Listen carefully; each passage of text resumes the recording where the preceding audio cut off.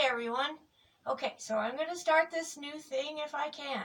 Once a week I'm going to send you guys some videos that have to do with what we're doing around here at Fennaio. Mostly it has to do with what I'm thinking about. As your breeder, I put a lot of energy and effort and education into making sure that you have the right pup. So Direwolf Project Breeders Association brought up these two words to me last week: immune diversity.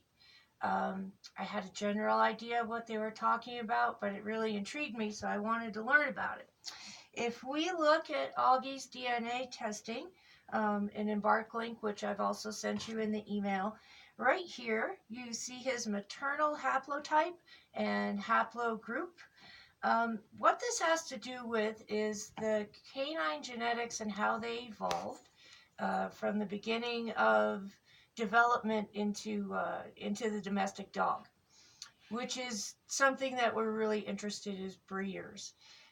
Myself, I feel that a lot of genetic flaws that came along were taken a hold of and abused, and then we ended up with short-faced dogs and crooked-legged dogs and dogs that were not very diverse to viruses that could kill them. This includes cancer and hip dysplasia. Also, an immunity to parvo could be developed, which we don't see in any of our domestic dogs nowadays. Immune diversity, basically what it means is that immunity is evolved. It would have been co-evolved,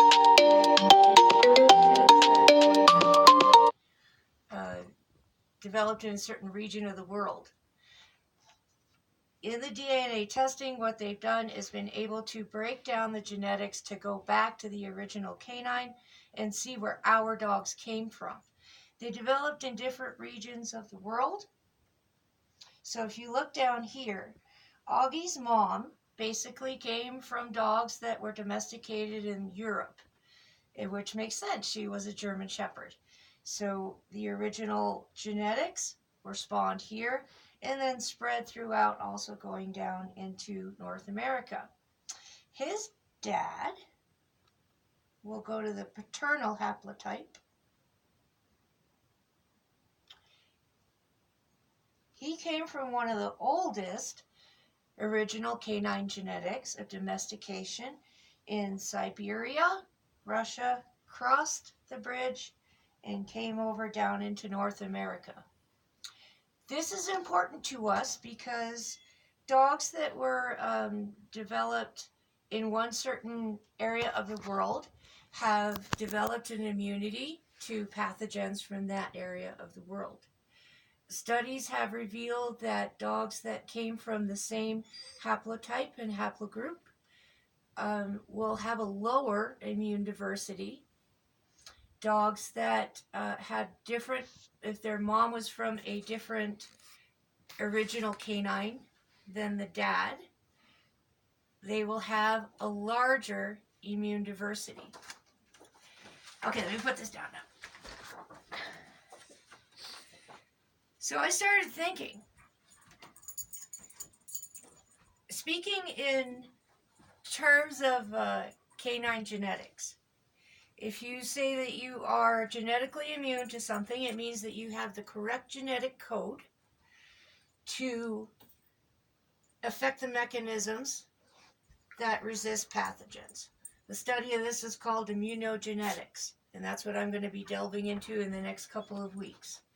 Basically wrap my mind around that the evolution of immunodiversity is very Darwinian, meaning that the natural selection of a species will, of course, depend on who is immune to what. If you are from the northern hemisphere, why would your species evolve to be immune against a pathogen from the southern hemisphere? So this makes total sense that in our modern breeds, genetics that come from the earliest Shih Tzus are going to be very strong in resistance to pathogens that were developed in that part of the world. So I want to look at that as it has to do with our dire wolves. Dire wolves, of course, are North American. We want to see which pathogens developed in North America, and we should have a pretty good idea what we're aiming for in getting back to the original haplogroup. I hope that makes sense. Okay, so the second thing that I want to talk about is not so much educational as it is experience, and that one is tactile therapy. Tactile therapy can be a fidget spinner, it can be a piece of paper, or it can be a dog.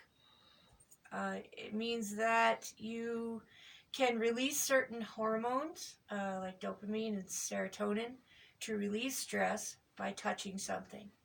If you know which substance is your preferred, which is going to release more dopamine than serotonin, then you're on the right road to being able to apply tactile therapy to your stress levels. Or if you are a victim, a PTSD, then there are certain symptoms of PTSD that can be calmed or even quelled by applying tactile therapy. As this applies to American Alsatians, or in particular my puppies, I want to be able to provide as much therapy in the dog's body as in the temperament. Come here, Toodles. Come here. One of the things that is very desirable about this dog in particular are the spriggans, the hair in back of the ears. I cut the hair around her muzzle because it's a lot neater, and I also wanted to see the slope of the skull. But I left this stuff on the side because that is my tactile therapy, this area of the dog. It's also tactile for them. Behind the ears is very vascular. There's a lot of pressure points back there. I think it's one of the reasons that they grow so long is that we've actually inadvertently as humans developed the dog to be pet. Companion dogs like American Alsatians, I want to develop my puppies to be pet. And one of the things that I want to keep is this area behind the ears and the spriggans. They do give a very wild look to the dog, I think. She's got a very bobcat prehistoric look. But it's kind of cartoonish, so it's not unacceptable in public. People think she's still cute. Which is what, if you have a service dog or a therapy dog, taking them out with you in public is almost necessary. So keeping that cute look is really important too. The graying gene, of course, is very necessary. And this thing right here, her lean that it came built in with her. This is one of the temperament tests that we do for puppies, is being able to be pet and to lean into it.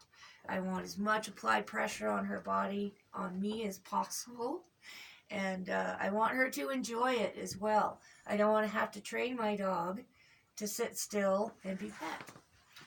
There are some dogs that you just can't. You touch them and they fly all over.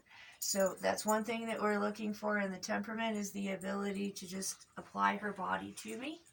And look at the camera, Toodles. Okay, how about if I put your tail over here? And to keep these spriggans right here. Alright, so that's what's going on in my head this week. And next I'm going to go down and film their yard and a little bit of what we have in mind for the whelping den. And we'll talk to you next week.